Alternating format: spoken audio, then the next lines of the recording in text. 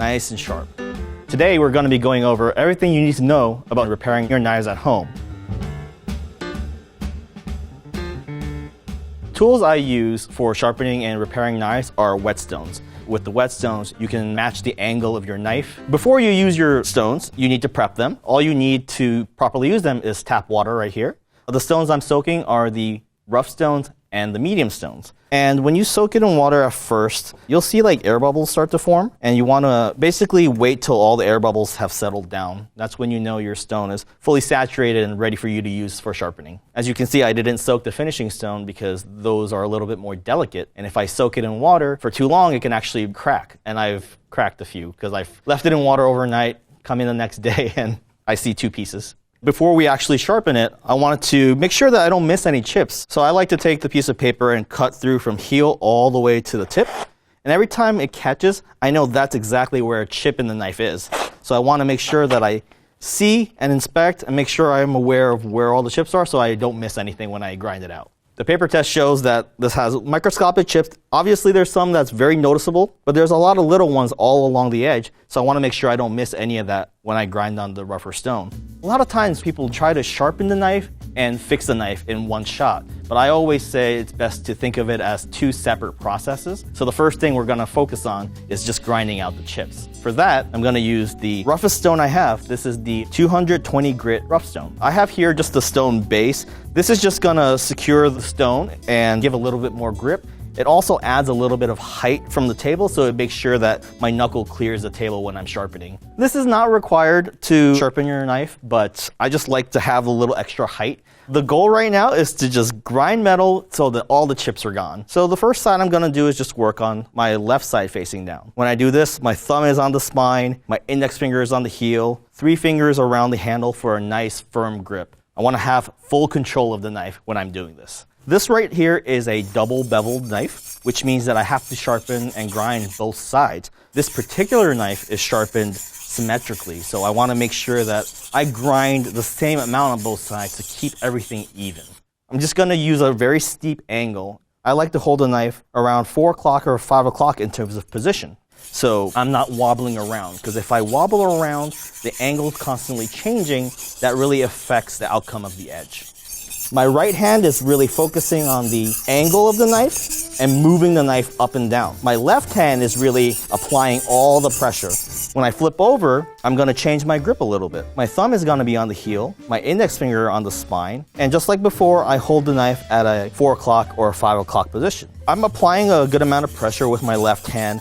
I'm pressing firmly, but I'm not pressing with all my might because that could be dangerous. If I slip, I can really hurt myself. I actually prefer sharpening standing because I can use my body weight, and that's going to make it easier to grind faster, apply a good amount of pressure.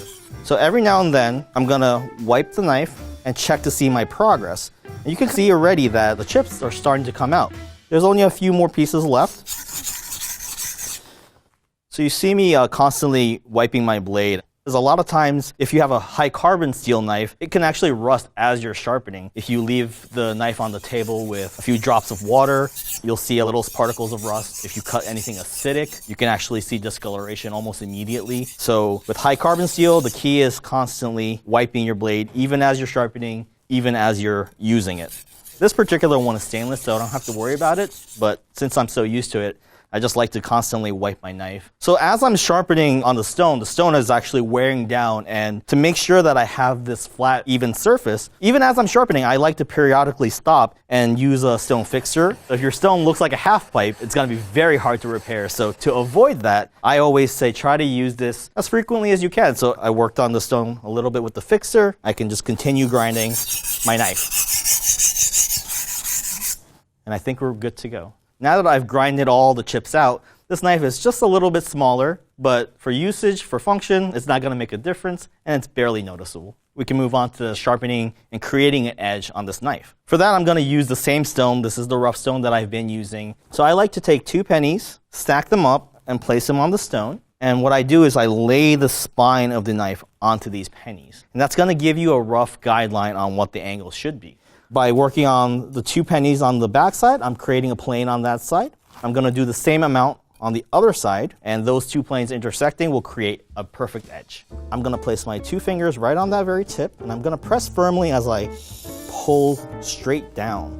When I go back up, I'm actually not applying pressure. I'm gonna release pressure as I go back up, apply pressure as I pull coming back towards me. And when I go back up, I move my fingers slightly over, and I continue to work my way down the knife in sections.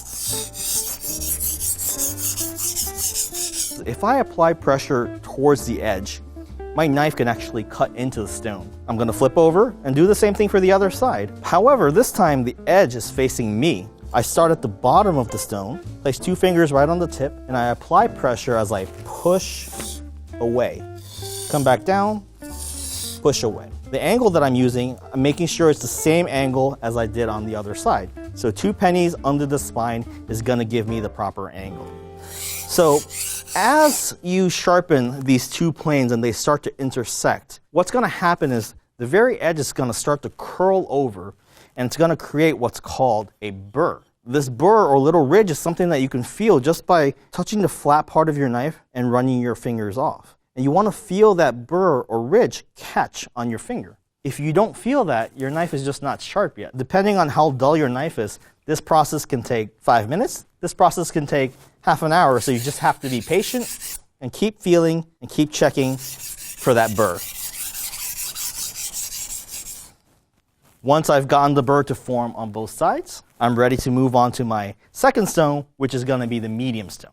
With the medium stone, what I'm gonna do is actually repeat the same process, and that's gonna start to refine the edge. You're gonna start to see this sediment build up. There's this almost like mud. You wanna make sure you see that, because that sediment is basically a mixture of the stone and the metal that's being taken off of your knife. This sediment is actually helping you sharpen more efficiently. So you don't want to wash all that off. If your stone starts to feel dry, you can splash some water on it. I'm going to be constantly checking for the burr to form evenly from the tip all the way to the heel. And once I get it on one side, I want to make sure that I get it on the other side as well.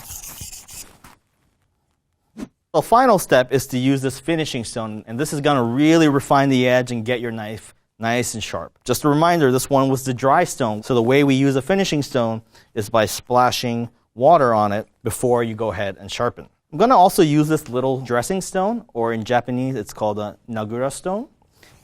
I'm pre-creating a little bit of grit so that it's going to really help with the polish on the knife. At this point, your knife is fairly sharp. We've already worked through 2 stones. And when you have a sharp edge on your knife, a sharp edge is also delicate. So you have to be a little careful. A finishing stone like this is actually very hard. And if you take this sharp edge, press it really hard against this finishing stone, you can actually crush the edge that you just created. The key to using a finishing stone is to press a lot lighter than the previous 2 stones. I'm using the weight of the knife and the weight of my hand to work on the knife. I'm not pressing any harder than that.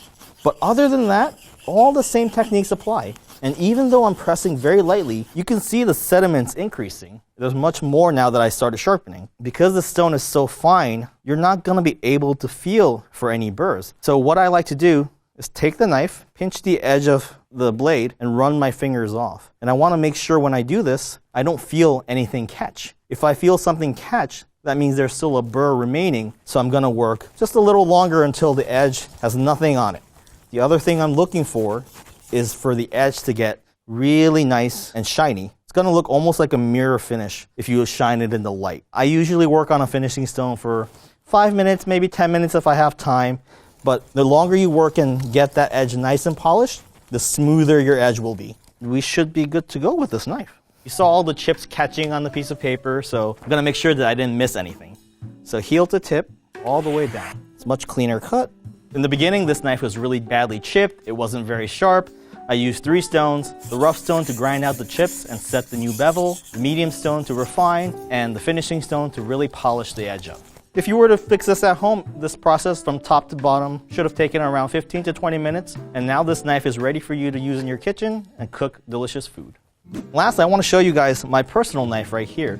I've had this for 13 years, and this knife has gone with me to many Michelin restaurants and culinary schools, and this knife used to be a 9.4-inch chef knife. As you can see, this is now about a 6-inch utility knife, but it still gets very sharp. And the reason why I want to show this to you is because if you take care of your knives, these knives can last you many, many years. So if you feel that you're not able to fix your own knife, that is too far gone, you can always send it to me at Corin, and I'll be more than happy to fix your knives for you.